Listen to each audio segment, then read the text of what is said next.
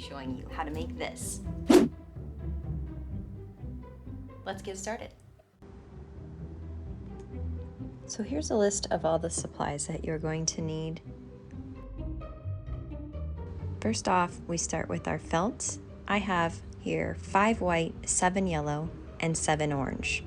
And then you're going to need 3 different sized foam cones. I have an 11, an 8, and a 6. But you can use whatever size you like, even if they're all the same size. It really doesn't matter, it's whatever your preference is. You're also going to need glue sticks and a hot glue gun, and then 5 packs of these 48 count 2-inch corsage pins. I originally bought 4, but you will need 5. The first step is to cut your felt into squares, just so that you can kind of see how many you're gonna have for sheet. And then once you've got them into little evenly cut squares, then just cut off the trims and make it round.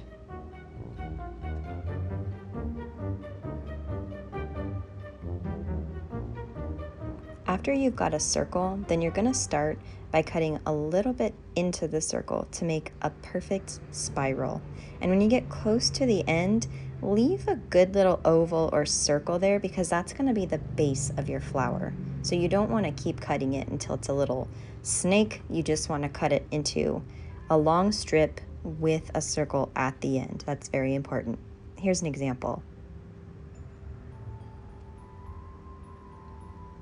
Keep in mind you can also cut 2 at a time. If you have a good sharp pair of scissors, then cutting 2 at a time will save you a ton of time.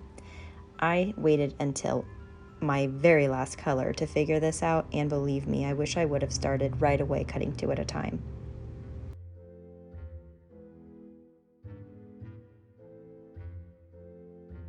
So when you've got a good amount cut and you're ready to start rolling, what I want you to do is flip it over into itself and then just continue to roll, but make sure that you have a finger, either your thumb or your pointer finger, on the bottom so that at least the bottom remains flat. The top side is going to be a little bit uneven, and that's okay. We want it that way, but we definitely want the bottom flat.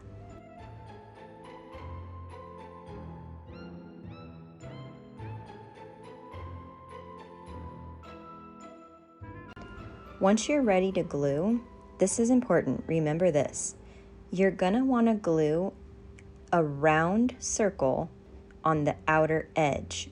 Try not to glue right in the center. Don't just slap glue on there. It's very important, your technique, because once your glue has dried, since it's hot glue, it is going to be very, very difficult to stick your pins through the hot glue. It's going to really increase your time.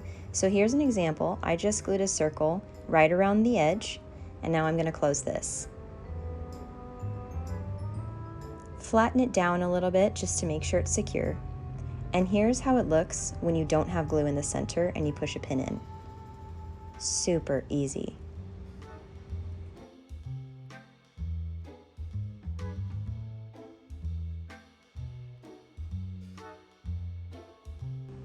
And then once you're ready, you can just go ahead and push your pins in. There's definitely a technique when you're pinning the top, and I will show you that in a moment.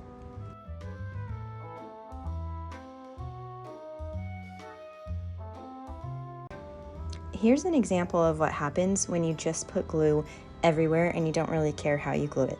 Once that glue dries and you try to put your pin in, it's going to be very difficult. So here I'm just showing you exactly what you're going to be up against. And now keep in mind, my glue is still pretty hot at this point, so it's actually going in better than I thought it would.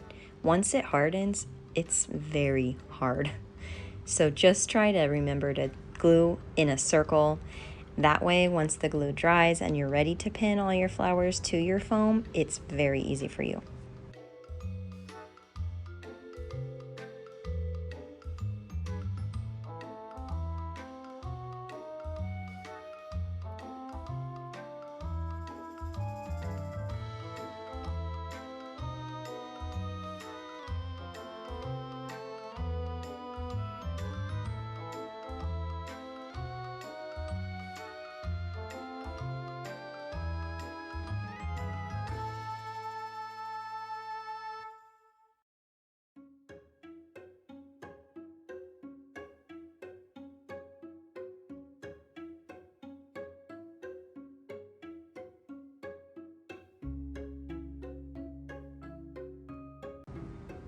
Once you're ready to pin all together, remember that your needles are 2 inches long, so those first couple on the top, you're definitely going to want to put them in at an angle, because if you put them straight in, the pointy edge of the needle is going to stab you on the other side. So here's what I'm talking about. See how that needle sticks out? That hurts. It's pretty sharp. This is a corsage pin. It's meant to go through rose stems and really thick stuff, and this is just foam. So if you put it at a slightly downward angle, at least while you're working with the top, you should be totally fine. And you don't have to glue these to the foam. The pin really will hold it in place and it will just stay. I've had a set for years and it never moves, never comes off. It's totally fine. Also, if you don't want to use corsage pins and save yourself the expense, you can just glue the flower right onto the foam and it will work exactly the same. But if you like the look of the little bead in the middle, you could even just use a tiny bead or a tiny rhinestone. It doesn't have to be corsage pins. That was just my way of doing this project.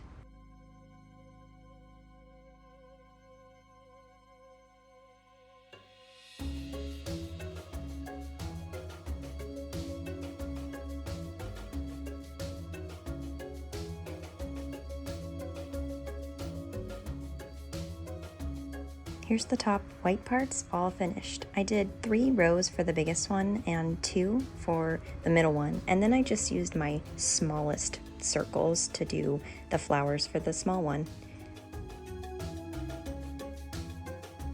Okay, on to the next color.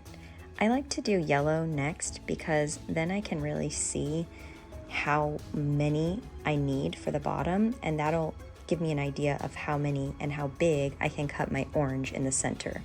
So I already cut, rolled, and glued all the yellow just to save time for watching here, and here's what it looks like when you pin them all in. Definitely the most satisfying part of this video, I will have to say.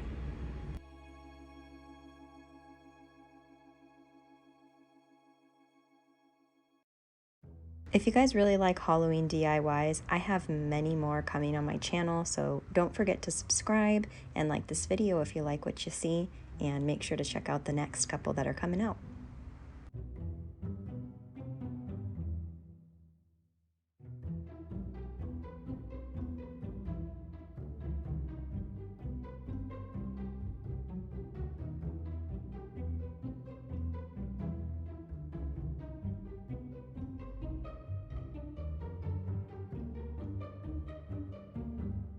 By the time I made it to orange, about 3 or 4 hours had passed, so I did enlist help from my husband.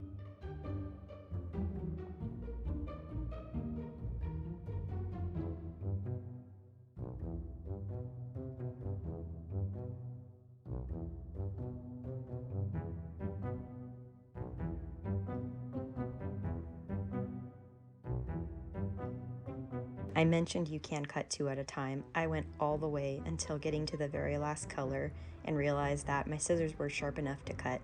Having a really sharp pair of scissors definitely helps this go faster. If your scissors are dull, it's going to be super hard to cut this much felt, so just keep that in mind.